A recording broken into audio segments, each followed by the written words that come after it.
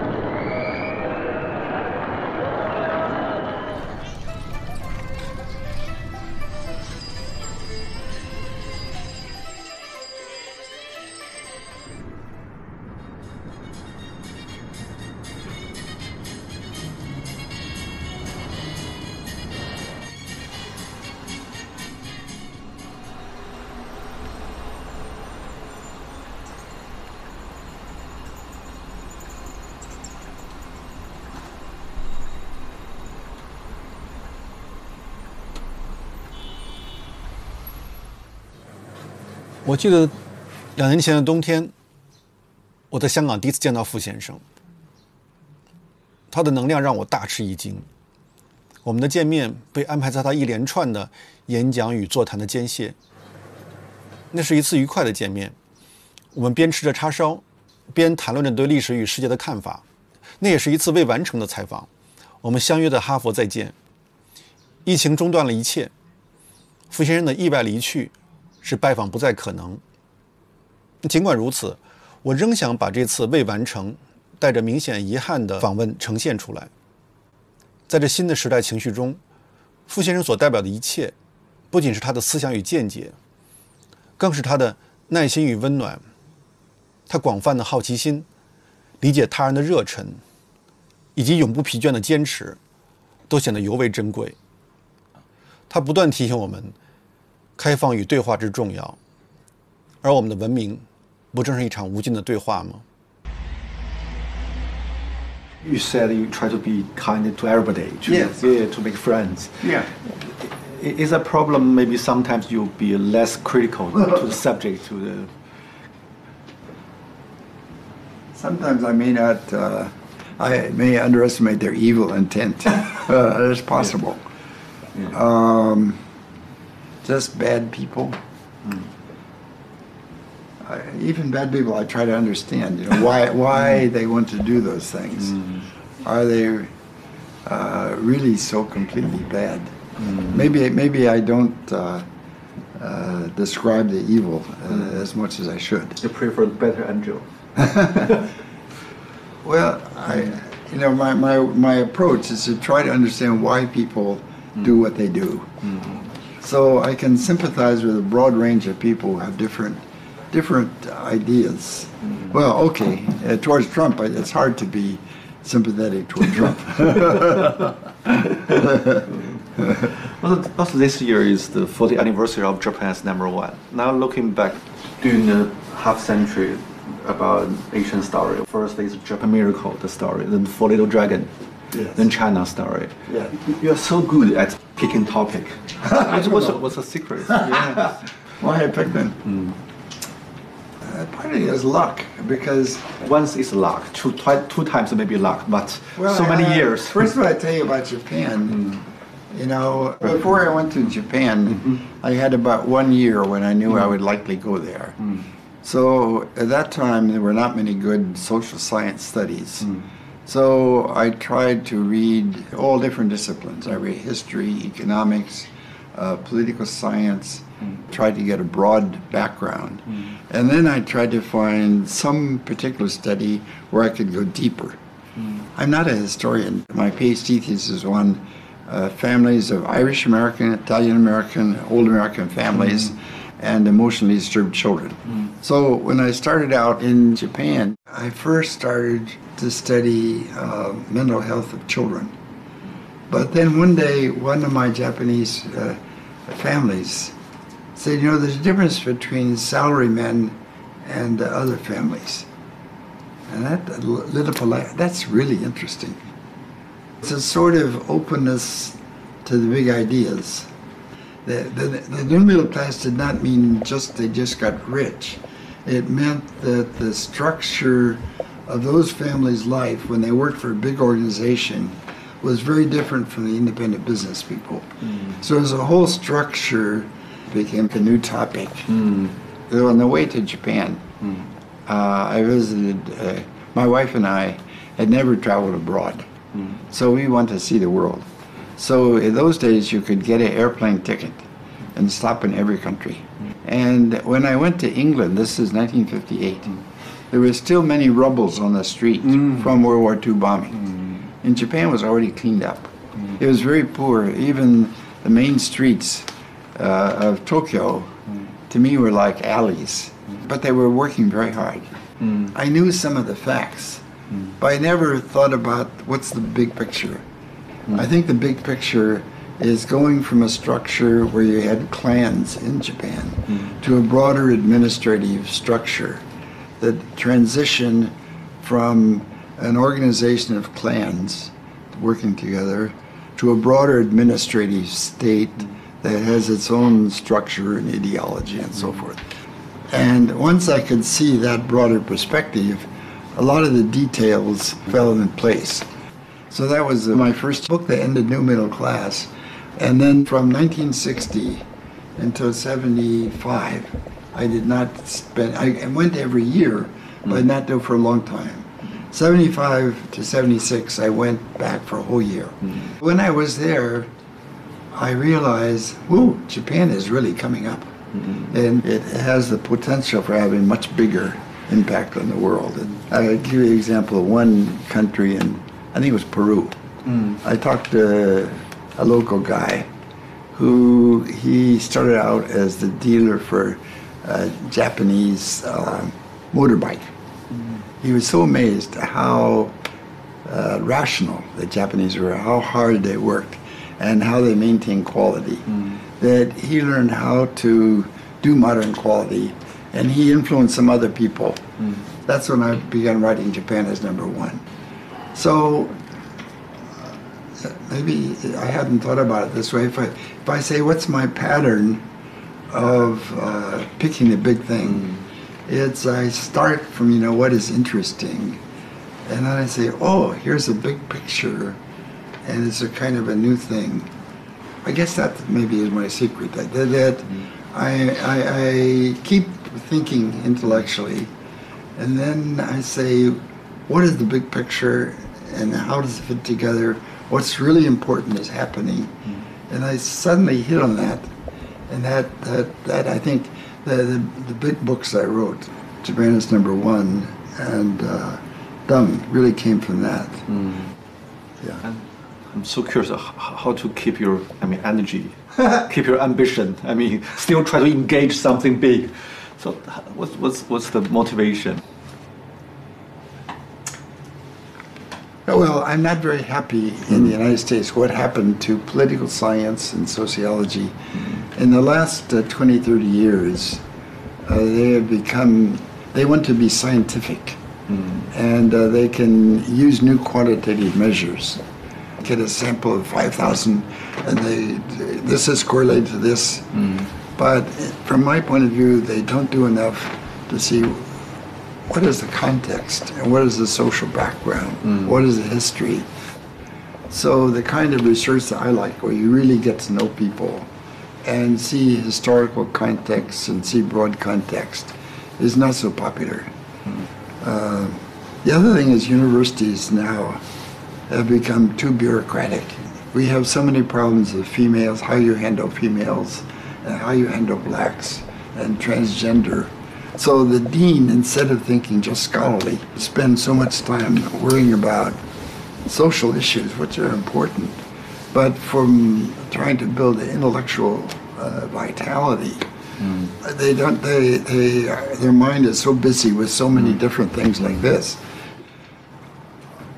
So, of course, in the whole world, I would say one of the fundamental differences, people become so detailed. They do not see the big picture. There's so many talented people lost their confidence about civilization. 那么回到我们这本书，没有一个另外专家比他会更有资格写这本书。它两个 area 什么？一个是日本，一个是中国。一般的 area specialist 很难说是 cover 两个的，你是 cover 两个的。对，我心里应该感谢我的老朋友 Ambrose， 我们开始那个认识了，我们是无名的学者。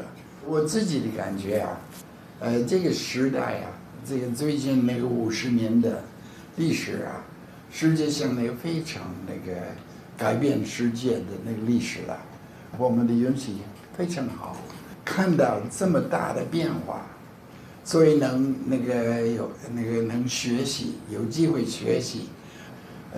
我觉得一个学者之道，也可以说学者之道，对，应该把那个实事求是，应该把那个客观的分析，写实际的情况，让人多了解，那是我们的工作的目标，这也是我的责任。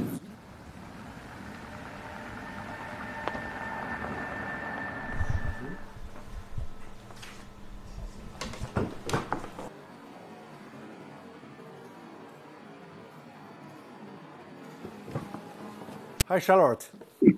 Good to see you. 1.5 years ago, I met Mr. Vogel in Hong Kong. We have an arrangement to meet in Boston, but sorry for your big loss. Sorry.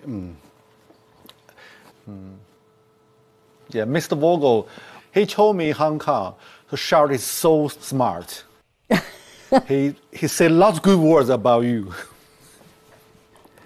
I'm curious because we talk about Mr. Vogel's books, thoughts. He was so energetic. From your perspective, what propelled him to do so much? Well, I think it's very interesting what happened. He was, according to him, I wasn't there, but he achieved very well. He went through high school in 3 years. He went through college in 3 years. He took courses during the summer. I mean, he had his master's degree, I think, at 20, something like that. But he didn't have to kill himself. He was a good scholar. It was relatively easy. He could lead a fuller life. And I think what might have kind of kicked him into high gear was when he came back from Japan, he had a job offer from Columbia. And so he and his wife decided sell the house and, think about moving to New York. So he came up to Harvard, so went through the process of selling the house, and dropped in on one of his former professors, John Pelzel.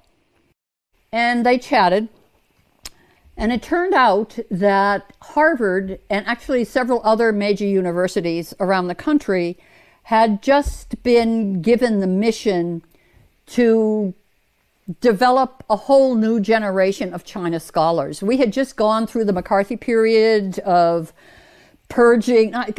Purging is probably too strong a word, but casting suspicion on a lot of older scholars who had studied China. Maybe they were communist leaning. And so once that was over, there was a decision made to start generating a whole new cohort of scholars to study China.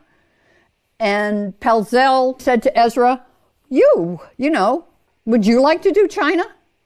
Ezra had never taken a China course, didn't speak Chinese. Chinese is nothing like Japanese. I mean, a lot of Americans think, you just go from one to the other. I mean, as you know, they are totally different. And Ezra said, wow, China. He said he might be interested. So Pelzel got on the phone, called Fairbank and said, Ezra might be interested in this. This is all happening in the space of a long weekend. So Fairbank came over. He thought Ezra was a good candidate, and Ezra had to explain, actually, I have to tell Columbia by the end of this weekend whether or not I'm going to accept that job. So they said, okay, you can have the Harvard job. And I think that was when he really started to feel burdened, that he was going to have to really work like mad to justify that appointment. I mean, he was so glad to have the opportunity to be involved in a great change. And He was panicked about having to appear as a China expert on the basis of a 3-year fellowship out of the blue.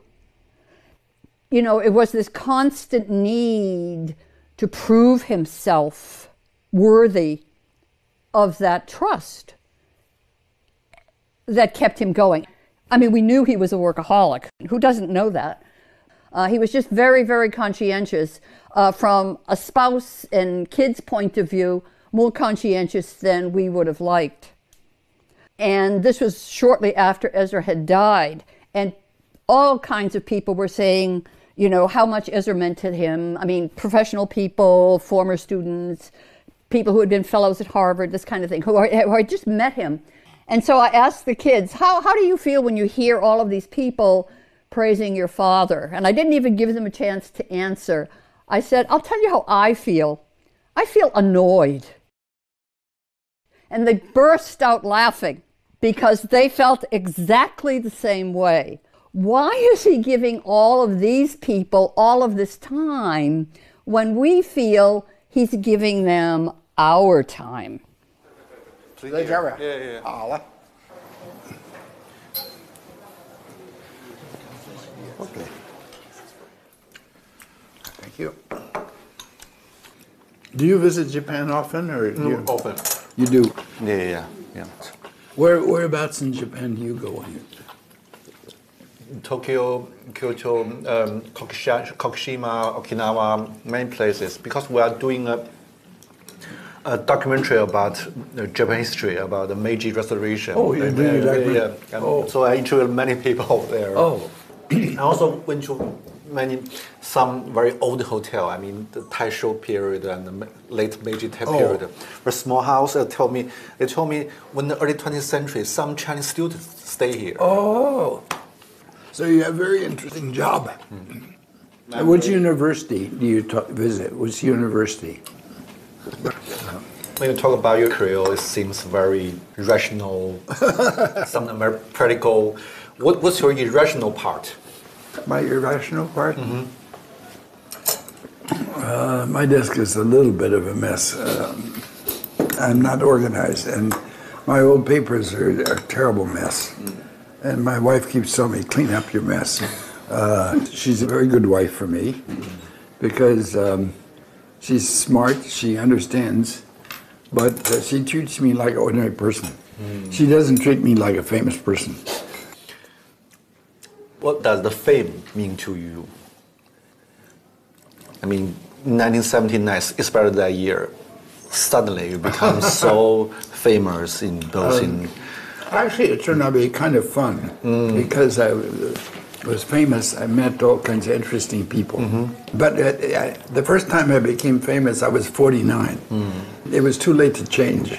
You wish it happened in 29? No. It's better it didn't happen because then I might be, a different person.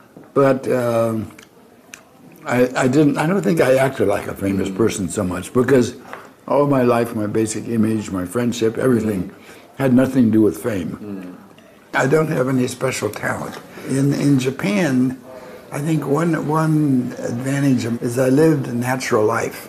So I think when I talk to Japanese, they feel very comfortable because it's not a classroom Japanese.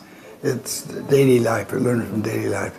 And to some extent, China is the same way. I tried to talk in a way that people actually talk to each other. So it was not always the best classroom language, and maybe some mistakes, but it communicates and you're wrenching more. So I think my language, it helped my interest in intellectual life and ideas and curiosity. For example, how I would be with a bunch of Japanese men in the evening at a bar. こういうこと考えるかなと。そういうことあるんかな。Could it be such a thing? And, yeah. It's kind of a questioning style. And in a way it's more modest. They watch, what the other person says and thinks very carefully so they don't make a mistake. Chinese in a way more straightforward. 你应该听我的话，你应该听，你不要这样做了吧？那是太简单的事啊，你应该多考虑这些问题了。听我的。More of a power. I mean, it was kind of an interesting, at Harvard we have the young scholars, we would have a lunchroom. And somebody would say, oh, yeah, well, that's one way. Here's another way of looking at it. He enjoyed intellectual playfulness of ideas. But I felt getting to know people and talking to them was much more important. That also made me a little more skeptical about documents. Because some historians, they look at documents and say, well, was it in the document? But I realized that even in writing a document, you don't get the whole story. The document does not tell everything. And sometimes the documents have some purpose. So that sometimes talking to people, maybe it's not as precise and not as accurate, but sometimes it can be deeper and you understand why the documents. So I kept learning from talking to people a lot, yeah. So it was very important, yeah. And in your book, you seldom show your scholar side. I mean, very straightforward and focus on the facts and yeah, why? Well, I think that's to what I'm trying to do is not so important. I grew up in a small town. Most of my high school friends did not go to college. Some went to college. When I was writing, I would try to think, what can those guys understand? And always try to have stories, because in the United States, people, they didn't care so much about other people's point of view. If you say, I don't particularly like bar art, but if it's Americans at a bar, hey, what you think, man? Don't think of it that way, yeah. Let's think of it this way, yeah. Let's have another drink. That guy is crazy, man. He doesn't know what he's doing. Yeah.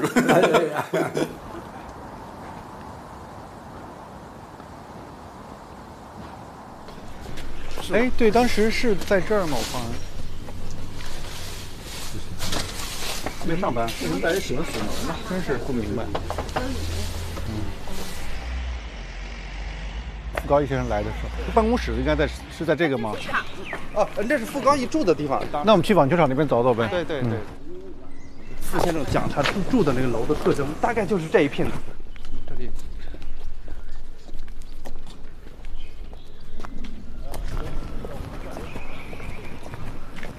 他那房子已经拆了是吧？等于是。看这个楼，他确定是哪一个？看照片。这是有照片是吧？哦，这是，应该是没有拆的。这个有这个照片，基本上等会儿就能判定这个楼绝对没拆。没拆啊？是不是就是这个？有可能是不是这个呀？真有可能，好像就是吧？感觉有点像。这个是有前面的门廊的吗？就是好像。So what's your first impression on Guangzhou? I mean, in 1980, you went to Guangzhou together. Yes, that was part of a Harvard alumni tour, which, believe it or not, was doubling as our honeymoon. We had gotten married only a month earlier, and he thought this would be so exciting. We could spend our honeymoon in China, but it seemed very tense. We just felt that people were very nervous around foreigners. I mean, we were Americans. We had only recently established diplomatic relations. So I just think, nobody quite knew how friendly they should be. We both love interviewing. We both love hearing what people think about situations. I mean, it broadens your own perspective. But we had different objectives. He was trained as a sociologist. He was interested in the macro level. How were these major changes taking place? How was policy developed? This kind of thing. I'm an anthropologist. My primary data source is the ordinary person. What is their take on what's going on? And so in a way, we were able to integrate. He would, in the evening, he could say, wow, I interviewed, Vice Governor so-and-so or the head of Bureau so-and-so, and they said blah, blah, blah, blah. And then I'd say, oh, well, I interviewed these 3 families, but people were very nervous. He was never a person who, was celebrity conscious, but he began to realize that he had access that a lot of other scholars do not have. And he did want to use that to benefit everybody, not just the United States, but specifically to promote good relations between the US and China.